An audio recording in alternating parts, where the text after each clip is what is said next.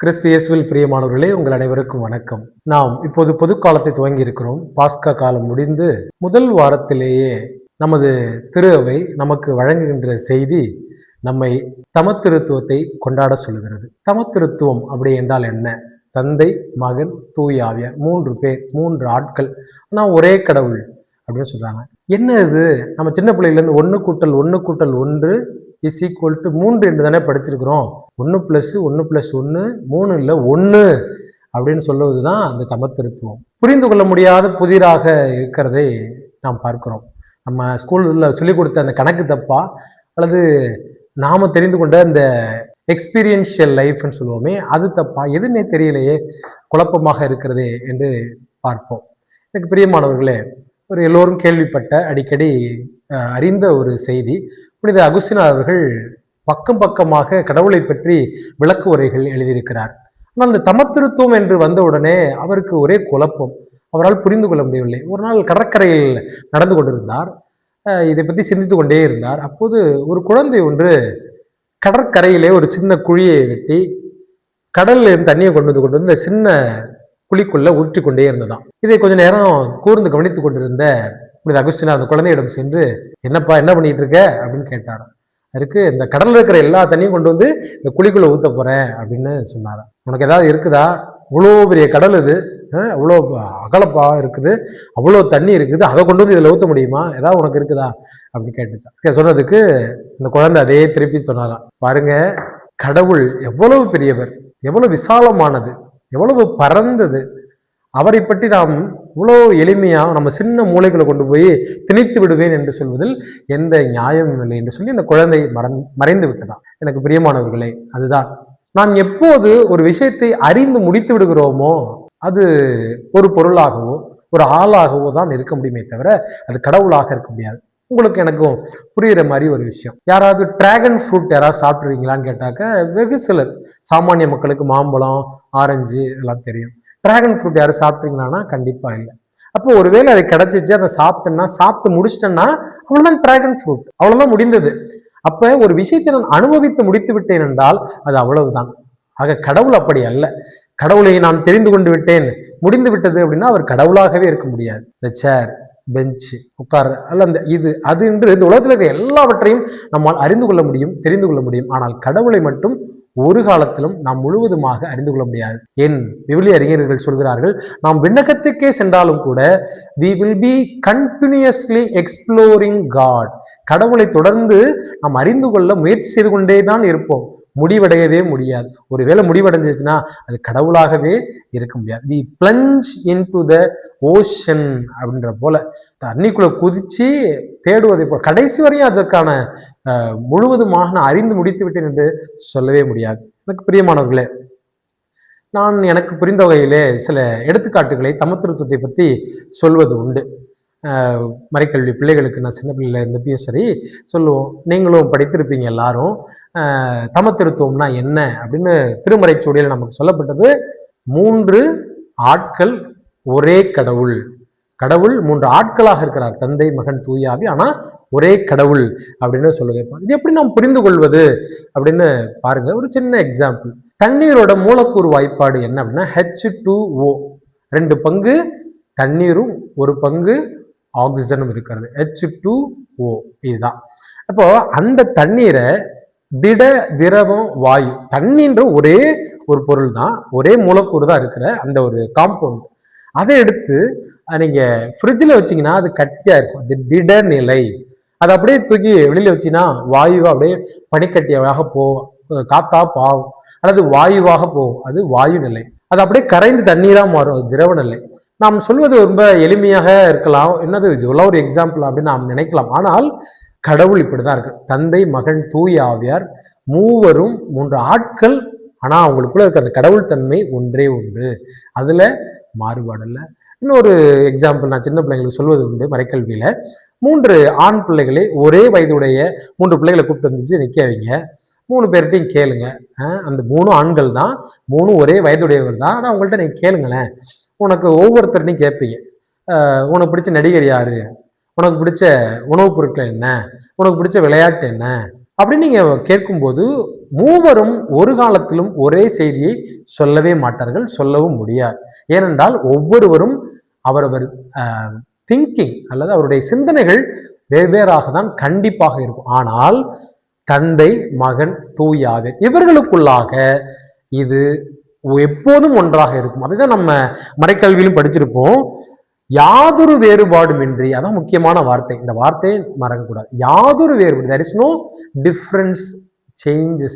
யாதொரு வேறுபாடுமின்றி ஒரே ஞானம், ஒரே வல்லமை, ஒரே கடவுள் தன்மை, 3 பேருக்கு ஒன்றா இருப்பதனால அவங்க 3 ஆட்களாக இருந்தாலும் ஒரே கடவுள். இந்த 3 பசங்க சொன்னல, அவங்களுக்கு ஒவ்வொன்றும் மாறும், ஒவ்வொருத்தருக்கும் ஒரு வித்தியாசமான சிந்தனைகள் இருக்கு. ஆனா எல்லோருக்கும் ஒரே மாதிரியா இருக்க வாய்ப்பு இல்லை. ஆனால் கடவுளில் தந்தை, மகன், தூய ஆவியாரில் அப்படி மாற்றங்கள் இல்லாமல் இருப்பதை நாம் பார்க்கிறோம். இந்த தமத்திருத்துவம் அப்படின்ற அந்த வார்த்தை திருவிவிலியத்தில் இருக்குதான்னா இல்லை, கண்டிப்பாக இல்லை. இதன் முதலில் யார் உபயோகித்தார், பிரயோகம் பண்ணா அப்படின்னாங்க தெர்த்தூலியன் அப்படின்ற திருச்சபை தந்தை அவர்கள் தான் 2ஆம் நூற்றாண்டை சேர்ந்த அவர் தான் முதலாக இந்த வார்த்தையை தமத்திருத்துவம் அப்படின்ற வார்த்தையை பயன்படுத்துகிறார். அவர் சொல்லுகிற செய்தி இதுதான், தந்தை, மகன், தூயாவர் 3 ஆட்களாக இருந்தாலும் ஒரே தெய்வ சுவாபம், கடவுள் தன்மை அவங்கள்ட்ட இருக்குது அப்படின்னு அவர் சொல்கிறார். எனக்கு பிரியமானவர்களே, சில விவிலிய மேற்கோள்களோடு உங்களுக்கு இதை விளக்கம் சொல்ல விரும்புகிறேன். சில திரைப்படங்கள் பார்த்தீங்கன்னாக்க நல்லா திரைப்படம் ஒன்றுச்சுன்னா 3 பாகங்கள் 2 பாகங்கள்லாம் எடுப்பாங்க. ராங் டர்ன் அப்படின்னு ஒரு படம் 5 பாகங்களுக்கு மேலே போயிருக்கலாம். பாகுபலின்னு ஒரு திரைப்படம் 2 பகுதி, இப்படி நிறைய திரைப்படங்கள். அந்த படம் நல்லா இருந்துச்சுன்னா அடுத்தடுத்த பகுதிகளை எடுப்பார்கள். தந்தை கடவுள், மகன் கடவுள், தூயாவியார் கடவுள், இந்த மூவருடைய செயல்பாடுகளில் the functions of God the Father, God the Son, God the Holy Spirit, அதுல வேறுபாடுகள் இருக்கு. தேவைக்கு ஏற்ப அவரவருடைய செயல்பாடுகள் இருப்பதை பார்க்கிறோம். முழு திருவிலியத்தை எடுத்துங்க, மொத்தமா பார்த்தீங்கன்னாக்க முதல்ல தந்தை கடவுளுடைய செயல்பாடுகளோட ஆரம்பிக்குது. இந்த functions of the God the father. அவர் தான் உலகத்தை படைக்கிறார். உலகம் படைத்த உடனே மனிதனுடைய பாவம் மீட்புக்காக தந்தை அவருடைய மகனை அனுப்பக்கூடிய சூழ்நிலை ஏற்படுகிறது. அதான் தொடக்க நூல் 3ஆம் அதிகாரம் 15வது வசனத்துல நாம் பார்க்கிறோம், உனக்கும் பெண்ணுக்கும், உன் வித்துக்கும் பெண் வித்துக்கும் பகைமையை உண்டாக்குவோம் என்று சொல்லி உனது தலையை அவள் நசுக்குவாள் என்று சொல்லி அன்னை மரியாள் வழியாக ஆண்டவர் பிறப்பார் என்று ஒரு ஹீரோ என்ட்ரியை கொடுக்குறாங்க. முதல்ல தந்தை கடவுள் உலகத்தை படைச்சாரு, பார்ட் ஏ, பார்ட் 1. பார்ட் 2 ஆண்டவர் இயேசு கிறிஸ்துவுடைய பகுதி. இப்போ அதுதான் நம்ம புதிய ஏற்பாட்டில் பார்க்கிறோம். பழைய ஏற்பாடுகளில் அவர் வருவார் என்று இறைவாக்கினர்கள் சொல்வதை, அரசர்கள் சொல்வதை நாம் பார்க்கிறோம். அப்ப அந்த 2வது பகுதி ஆண்டவர் இயேசு கிறிஸ்துவின் வருகை. கிட்டத்தட்ட 3 ஆண்டுகள் பணிவாழ்வை செய்தார். முடித்த பிறகு தான் இந்த உலகத்தை விட்டு செல்லும் போது அவர் என்ன சொல்லிவிட்டு சென்றார், நான் மற்றொரு துணையாளரை உங்களுக்கு அனுப்புவேன். மற்றொரு துணையாளரை, அவர் தான் யாருன்னா தூயாவர். தந்தை கடவுளுடைய பணி இந்த உலகத்தை படைக்கிறது, மகனுடைய பணி அவர்களை மீட்பதற்காக வந்தது, பாவங்களிலிருந்து நம்மை மீட்பதற்காக. 3வது தூயாவியாருடைய பணி, அது நம்மை இன்றளவும் 2000 ஆண்டுகளாக காத்து வருகிற பணி. எல்லா சீடர்களும் பயந்து ஒளிஞ்சு இறந்தாங்க. அப்ப தூயாவியர் அவங்க மீது பெந்தகோஸ்து நாளில் இறங்கி வந்த போது அவர்களை எவ்வளவு தைரியமா பேசுறாங்க பாருங்க. 4ஆம் அதிகாரத்துல பார்ப்போம், திருத்துதர் பணிகள் 4ஆம் அதிகாரம் 19-20 வசனங்கள்ல பாருங்க. நான் கடவுளுக்கு பயப்படுவதா உங்களுக்கு பயப்படுவதா, எங்களால் கண்டதையும் கேட்டதையும் அறிவிக்காமல் இருக்க முடியாதுன்னு தைரியமா சொல்றாங்க. அப்ப God the father, God the Sun, God the Holi spirit, இந்த 3 பேருடைய ஃபங்க்ஷன்ஸ், அதை அவருடைய செயல்பாடுகளை பார்க்கிறோம். ஆனா அவருடைய செயல்பாடுகள வேறுபாடு இருக்குதே தவிர அவருடைய கடவுள் தன்மையிலேயோ அவங்களுடைய ஒரே சித்தத்திலேயோ எந்த வேறுபாடும் இல்லை என்பதை சில விவிலிய மேற்கோள்களோடு உங்களுக்கு நான் சொல்ல விரும்புகிறேன். 1வதாக உலகம் படைக்கிற அந்த நிகழ்வுலே பாருங்களேன். தொடக்க நூல் 1ஆம் அதிகாரத்துல முதல் 2 வசனங்களிலேயே நமக்கு நல்லா தெரியுது, தந்தை கடவுள் உலகத்தை படைக்கிறார். பாருங்க, தந்தை கடவுள் உலகத்தை படைக்கிறப்ப மகனுக்கோ தூயாவியாருக்கோ அங்க என்ன வேலை பாருங்க இருக்கிறாங்க. தூயாவியார் நீரின் மீது அசைவாடி கொண்டிருந்தார். தூயாவியார் இருக்கிறார். அவர் எப்படி உலகத்தை படைச்சார்? வார்த்தையினால், வார்த்தை லோகோஸ், உண்மை. அந்த யாரு அப்படின்னா அவர் தான் ஆண்டவர் இயேசு கிறிஸ்து. அப்ப தந்தை கடவுள் வேலை செய்யறாரு, அவர் உலகத்தை படைக்கிறாரு, அங்க மகனுக்கோ தூயாவியாருக்கோ எங்க என்ன வேலை? அதுதான். ஆக அவர்களுடைய ஞானத்தில் உலகத்தை படைக்கணும் அப்படின்ற ஞானத்தில் எந்த வேறுபாடும் இல்லை, கடவுள் தன்மையில் எந்த வேறுபாடும் இல்லை, அவருடைய சித்தத்தில் எந்த வேறுபாடும். எனவே தான் அவங்க 3 பேரும் ஒரே இடத்துல இருக்கிறாங்க என்பதை நம்மால் பார்க்க முடிகிறது. இன்னும் அதே தொடக்க நூல்ல 1ஆம் அதிகாரம் 26வது வசனத்துல இன்னொரு சிறப்பான ஒரு பகுதி இருக்குது. அதை நல்லா புரிந்து கொள்ளலாம். நம் உருவிலும் நம் சாயலிலும் மனிதனை உண்டாக்கும் அப்படின்னு கடவுள் ஆதாமை முதலாக படைப்பதை பார்க்கிறோம். அப்படின்னு ஆண்டவர் நினைச்சிருந்தா என்ன சொல்றாங்க? தந்தை கடவுள் தானே படைச்சாரு. அவர் என்ன செஞ்சிருக்கலாம்? நான் என் உருவிலும் என் சாயலிலும் மனிதனை உண்டாக்குவேன் அப்படின்னு சொல்லிட்டு பேர்ந்துக்கலாம். அவர் என்ன வார்த்தையை பயன்படுத்துகிறார்? நம் உருவிலும் நம் சாயலிலும். இந்த யூனிட்டி, குழுமம், கம்யூனிடேரியன் ஆஸ்பெக்ட் அங்க இருப்பதை நம்மால் உணர முடிகிறது. எனவே எனக்கு பிரியமானவர்களே, தந்தை கடவுள் மட்டும் அங்கு உலகத்தை படைக்கல. தந்தை கடவுள் உலகத்தை படைக்கும் போது மகன் கடவுளும் தூய ஆவியர் கடவுளும் அங்கு இருந்தார்கள். அவரது சித்தமும் கடவுள் வல்லமையும் அவர்கள் ஞானமும் ஒன்றாயிருந்ததால் அவர்கள் ஒன்றாயிருக்கிறதை நம்ம பார்க்க முடிகிறது. இன்னொரு சிறப்பான பகுதி மத்தேயு நற்செய்தி 3ஆம் அதிகாரத்துல ஆண்டவர் இயேசு கிறிஸ்து ஞானஸ்தானம் பெறுகிற அந்த நிகழ்வு, எல்லாருக்கும் தெரிஞ்ச நிகழ்வு. ஆண்டவர் இயேசு யோர்தான் நாட்டுல ஞானஸ்தானம் பெறுகிறார். இயேசு ஞானஸ்தானம் பெறுகிறார். அங்க தந்தை கடவுளுக்கும் தூய ஆவியாருக்கும் என்ன வேலை அப்படின்னு கொஞ்சம் யோசிச்சு பாருங்களேன். அதே போல தொடக்க நூலில் நம்ம என்ன பார்த்தோமோ கிட்டத்தட்ட அதே ஒரு செயல்பாடை நம்ம பார்க்க முடியும். ஆண்டவர் இயேசு கிறிஸ்து திருமுழுக்கு யோவானிடம் ஞானஸ்தானம் பெற யோர்தான் ஆற்றங்கரையில போய் இறங்குறாரு. அப்போது மேல வானம் திறந்தது, அங்கிருந்து ஒரு ஒளி கேட்கிறது. இவரே நண்பார்ந்த மைந்தன், இவர் பொருட்டு நான் பூரிப்படைகிறேன். இயேசு ஞானஸ்தானம் பெறுறாரு. தந்தை கடவுளுக்கு அங்க என்ன வேலை? அப்படியே பாருங்க, தூய ஆவியார் புறா வடிவிலே இறங்கி வந்து அவர் மீது அமர்ந்தார் அல்லது அவர் தோல் மீது அமர்ந்தார் என்று திருவிழத்தில் நாம் வாசிக்கிறோம். ஆக இயேசு ஞானஸ்தானம் பெறும்போது தந்தை கடவுளுக்கும் தூய ஆவியாருக்கு அங்க என்ன வேலை? இதுதான். அப்ப அவர்களுக்குள்ள எந்த வேறுபாடும் இல்லை, எந்த வித்தியாசமும் இல்லை. அவருடைய கடவுள் தன்மை, வல்லமை, சித்தம் எல்லாம் ஒன்னா இருக்கு, எந்த வேறுபாடும் இல்லை. எனவே தான் அவர்கள் ஒன்றா வந்தாங்க. 2 கொரிந்தியர் 13ஆம் அதிகாரம் 13வது வசனத்துல இன்னொரு ரெஃபரன்ஸ், ஒரு எடுத்துக்காட்டை நம்மால் பார்க்க முடியும். எல்லா திருப்பலிகளிலும் இதை சொல்லிதான் குருவானவர்கள் திருப்பலியை ஆரம்பிப்பார்கள். நம் ஆண்டவராய் இயேசு கிறிஸ்துவின் அருளும் கடவுளின் அன்பும் தூய ஆவியார் நட்புறவு உங்கள் அனைவரோடு இருப்பதாக. அப்ப தந்தை, மகன், தூய ஆவியார். அப்ப தொடக்க கால திருவையிலிருந்தே இந்த சிந்தனை இருந்திருப்பதை உலகம் தோன்றியது முதலே இருக்கிறது. இன்னும் சிறப்பாக பவுலடிகளால் அதை உறுதித்து சொல்லும் விதமாகத்தான் இந்த கொரிந்தியர்கள் இந்த திருமுகத்திலே 3 வரையும் ஒன்றாக சேர்த்து அவர்கள் வழியாக வாழ்த்து சொல்லி தொடங்குவதாக பார்க்கிறோம். எனக்கு பிரியமானவர்களே, இதுல இருந்து நாம் என்ன கற்றுக்கொள்ள போகிறோம்? இப்ப தந்தை, மகன், தூயாவே அவங்களுக்குள்ள எந்த வேறுபாடும் இல்லை அப்படிலாம் தெரிஞ்சுக்கிட்டோம். தமத்திருத்து நாளை கொண்டாடுகிறோம், திருச்சபை நம்மை கொண்டாட சொல்லுகிறது, எல்லாம் ஓகே. திருவை சொல்வதெல்லாம் இப்ப நான் சொன்னேன். இவ்வளவு நாளா நம்ம என்ன தெரிந்து கொண்டோம் அல்லது விவிலியத்தில் என்ன சொல்லப்பட்டிருக்கின்ற மேற்கோள்கள் எல்லாம் சொல்லி உங்களுக்கு காமிச்சேன். ஆனா என் வாழ்க்கைக்காக இந்த நாளிலிருந்து நான் என்ன கற்றுக்கொள்ள போகிறேன்? அது ரொம்ப அடிப்படையான தெரியும். ஒரே ஒரு வார்த்தை தான், குழுமம், கம்யூனிட்டி, ஒன்றுபட்டு வாழ்தல், ஒருமைப்பாடு, ஒற்றுமை. அந்த ஒரு மையப்புள்ளியில் தான் தந்தை, மகன், தூய ஆவியார் 3 பேரும் இயங்குறாங்க. அவங்களுக்குள்ள எந்த வேறுபாடும் இல்லை. அது காரணம் என்ன? இந்த 3 பேருக்கும் நான் என்ற ஈகோ இல்லை.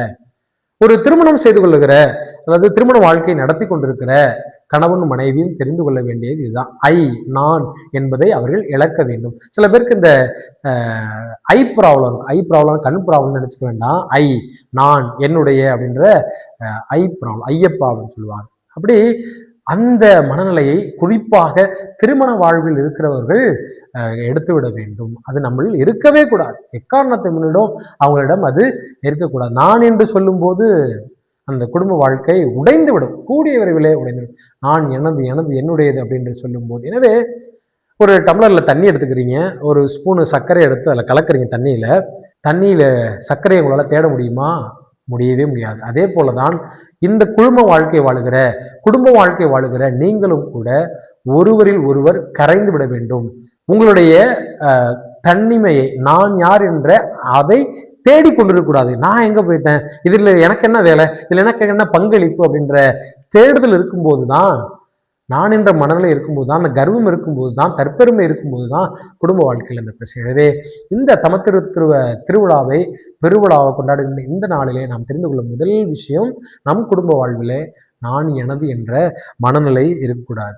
இதான் பாவேந்தர் பாரதிதாசன் கூட சொல்லுவார், தன் பெண்டு தன் பிள்ளை சோறு வீடு சம்பாத்தியம் இவையுண்டு தானுண்டு என்போன் சின்னதொரு கடுகுள்ளம் கொண்டோன் தெருவார்க்கும் பயனற்ற சிறிய வீணன் அப்படின்னு சொல்றாரு. நான் எனது என் பிள்ளை, என் வீடு, என் சொத்து அப்படின்னு சொல்றவன் கடுகு போல மனசுடையவனா அப்படின்னு சொல்றாங்க.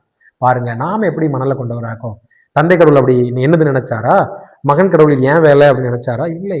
தூயாவியர் அப்படின்னு இல்லை, எல்லோரும் அவர்கள் சேர்ந்திருந்தார்கள்.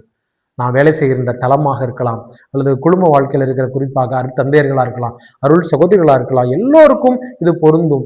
நான் எனது என்ற மனநிலையை கடந்து வாழ வேண்டும். எனக்கு பிரியமானவர்களே, பொதுவாக சொல்லுவாங்க, மீட்படைய நான் ஆண்டவர்கிட்ட போறேன், விண்ணகத்துக்கு போன பிறகு ஆண்டவரே நான் வந்துட்டேன், நான் ஜெயிச்சிட்டேன், சக்சஸ், நான் விண்ணகத்துக்கு வந்துட்டேன் அப்படின்னு சொல்லுவதில் எந்த அர்த்தமும் இல்லை. கடவுள் அங்கே போகணுன்னு குறிப்பாக ஆண்டவர் இயேசு கிறிஸ்து இந்த கேள்வியை கேட்பார் என்று எனது பேராசிரியர் ஒரு கற்பனையாக சொல்வார். கண்டிப்பாக அது கேட்பார்னு எனக்கும் தோணுது. 2 விஷயங்கள் கண்டிப்பாக கடவுள் கேட்பார். ஒன்று, என் காயம் இங்கே, உன் காயம் இங்கே அப்படின்னு அவர் கரங்களை காட்டி உங்களையும் என்னையும் கேட்பார். ஏன் காயம்? பிறருக்காக உழைக்கிறவனுக்காக தான், அடுத்தவனுக்காக உழைக்கிறவனுக்கு தான் காயம், வலி, வருத்தம், வடுக்கல் வரும். நான் எனக்குன்னு இருக்கிறவனுக்கு அந்த பிரச்சனையே இருக்காது. ஆக கடவுள் நம் ஆண்டவர் இயேசு கிறிஸ்து கேட்க போகிற முதல் கேள்வி, என் காயம் இங்கே, உன் காயம் இங்கே. 2வது கேள்வி, நீ மட்டும்தான் வந்தியா, நீ மட்டும்தான் வந்தியா அப்படின்னு நம்மளை பார்த்து கேட்பார். எனவே இந்த உலகத்துல வாழ்கிற நான் மீட்படைவேன், நான் மட்டும் ஜெயிச்சிட்டேன், நான் மட்டும் முன்னேறிட்டேன், நான் மட்டும் அப்படின்ற மனநிலை கடந்து ஒரு கம்யூனிடேரியன் ஸ்பிரிட், அதுதான். முன்னாடிலாம் திருவை பார்த்தீங்கன்னா இந்த ட்ரையாங்கிள் மெத்தட்னு சொல்லுவாங்க. போப்பாண்டவர் மேல கடவுளுக்கு அப்புறம் போப்பாண்டவர், கார்டினல்மார்கள், ஆயர்கள், அருட்தந்தையர்கள், அப்புறம் மக்கள். என்னமோ சம்பந்தமே இல்லாம அந்த மக்களை கீழே அவர்கள் தான் மையம். எனவே இப்ப அந்த ட்ரையாங்கிள் ஆஸ்பெக்ட் போயிட்டு மொனார்கிக்கல் சிஸ்டம் சொல்லுவாங்க, நான் அந்த டாப்ல இருந்துட்டு ஆளுமை பண்ணுகிற அந்த மணலை போய் இப்ப கம்யூனிடேரியன் ஸ்பிரிட். அதான் முன்னாள் திருத்தந்தை அவர்கள் பெனடிக்ட் அவர்கள் இதை சொல்வார், ஒரு ரவுண்டு மாதிரி. இப்போ முக்கோணம் கிடையாது, இப்ப வட்டமாக நின்று கொண்டு எல்லோரும் சமம், எல்லோரும் எதிர்நோக்கின் திருப்பயணிகளாக அப்படின்னு சொல்லி நம்ம 2025 ஜூப்ளி கொண்டாட்டத்துக்காக போட்டிருந்தாங்க இல்லையா, அந்த பிளாக்ல பார்த்துருப்பீங்க.